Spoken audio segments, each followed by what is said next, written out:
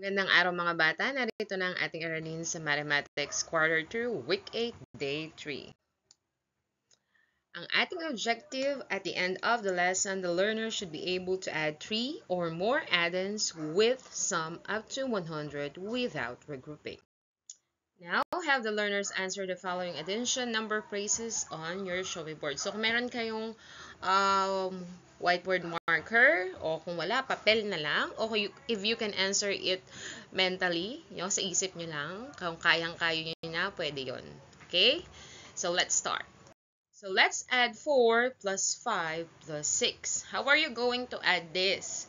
So, una, umpisahan nyo muna sa pinakamalaking number. So, this is 6. Ito yung nasa isip, tapos bumilang kayo ng 5. O, 5 sa kamay. 6, 7, 8, 9, 10, 11. O, 11. Ibig sabihin, 5 plus 6 is 11. Tapos yung 11 nasa isip, dagdagan nyo ng 4.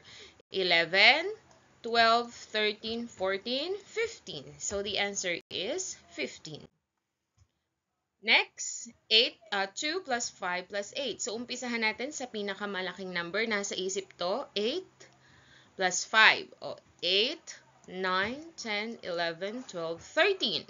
Then, 13 plus 2. 13, 14, 15. So, the answer again is 15. Next, 7 plus 1 plus 2. So, this is so easy. So, 7, 8, 9, 10. So, the answer here is 10. Next, 5 plus 5 plus 9. So, kung alam nyo na yung 5 plus 5 sa ating previous lesson, so, hindi na kayo magbibilang dito, di ba? O, natandaan nyo ba ano yung 5 plus 5? So, that is 10. Okay? 10. So, 10 plus 9. O, natandaan nyo din ba yung lesson natin na kapag nag-plus tayo ng 10, at kung ano yung number na nilagay natin doon, tatanggalin lang natin yung 0. So, ang sagot dyan, 19. Okay, so next, we have 6 plus 4 plus 5. So, let's start with 6. 6, 7, 8, 9, 10, 11, 12, 13, 14, 15. So, puro 15 ang sagot natin, no?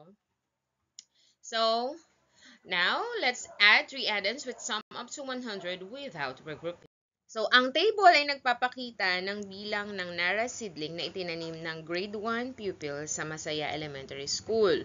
So, yung grade 1 mangga, 30 na Nara ang itinanim nila. Yung grade 1 atis, 20 na mangga ang itinanim nila. O 20 na Nara seedlings. Yung grade 1 santol, 12 na Nara seedlings ang itinanim nila. Tungkol saan ang table? So, ang table ay tungkol sa bilang ng Nara seedling na itinanim ng iba't ibang section ng grade 1. Nara seedlings ang itinanim ng grade 1 mangga. O, natatandaan nyo ba? Yun ay 13. Next, ilang Nara seedlings naman ang itinanim ng grade 1 atis? So, yun ay 20. Yan. Ilang Nara seedlings ang itinanim ng grade 1 santol? O, yun ay ilan? 12. Okay? Anong section ang nagtanim ng may pinakamaraming bilang ng Nara seedlings? So, yun ang grade 1, atis. Anong section naman ang nagtanim ng may pinakamaunti o less na bilang ng Nara seedlings? So, yun yung grade 1, grade 1 santol. Okay? Ngayon mga bata, pagsamahin natin ang bilang na itinanim ng grade 1 mangga at grade 1 atis. So, yun ay 13 plus 20. So, yan. So, isulat natin ito ng vertical. Ito yung itinanim ng grade 1 mangga, 13. At ito naman yung itinanim ng grade 1 atis, 20. So, let's add 3 plus 0, 3. And then 1 plus 2 is 3. So, 33 kapag pinagsama natin yung tanim na Nara seedlings ng grade 1 mangga at atis. Next, pagsamahin naman natin ang bilang na itinanim ng grade 1 mangga at grade 1 santol. Yun ay 13 plus 12. So, 13 plus 12, pinagsama natin yung magkapareho ang place value o pinagtapat natin. So, 3 plus 2 is 5. 1 plus 1 is 2. So, 25. Pagsamahin naman natin ang bilang ng itinanim ng grade 1 Atis at grade 1 Santol. Okay, that is 20 plus 12. So, 0 plus 2 is 2. 2 plus 1 is 3. So, 32 lahat. Yan. So, ngayon, nais kong pagsamahin natin ang bilang na itinanim ng grade 1 Mangga, grade 1 Atis, at grade 1 Santol. So, we have 20, 12, and 13. So, let's start. So, 0, hindi na to, wala tong bilang. Kaya, etong 2 plus 3 na lang ang ating pagsasamahin. So, 2 plus 3 is 5.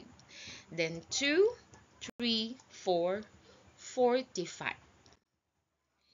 Ngayon, mga bata, tingnan ang addition sentence na ito. Alin sa mga ito ang addends? So, sa 13 plus 20 equals 33, alin ang addends? Ayan, natatandaan nyo pa ba? Ito ang addends, yung pinagpa-plus natin, no? Then, 13 plus 12 naman dito, ito yung addends. At dito naman, 20 plus 12, ito yung addends. Ilang addends ang mayroon doon sa addition number sentence? So, tigda-dalawa sila. Lahat yon ay dalawa ang addends.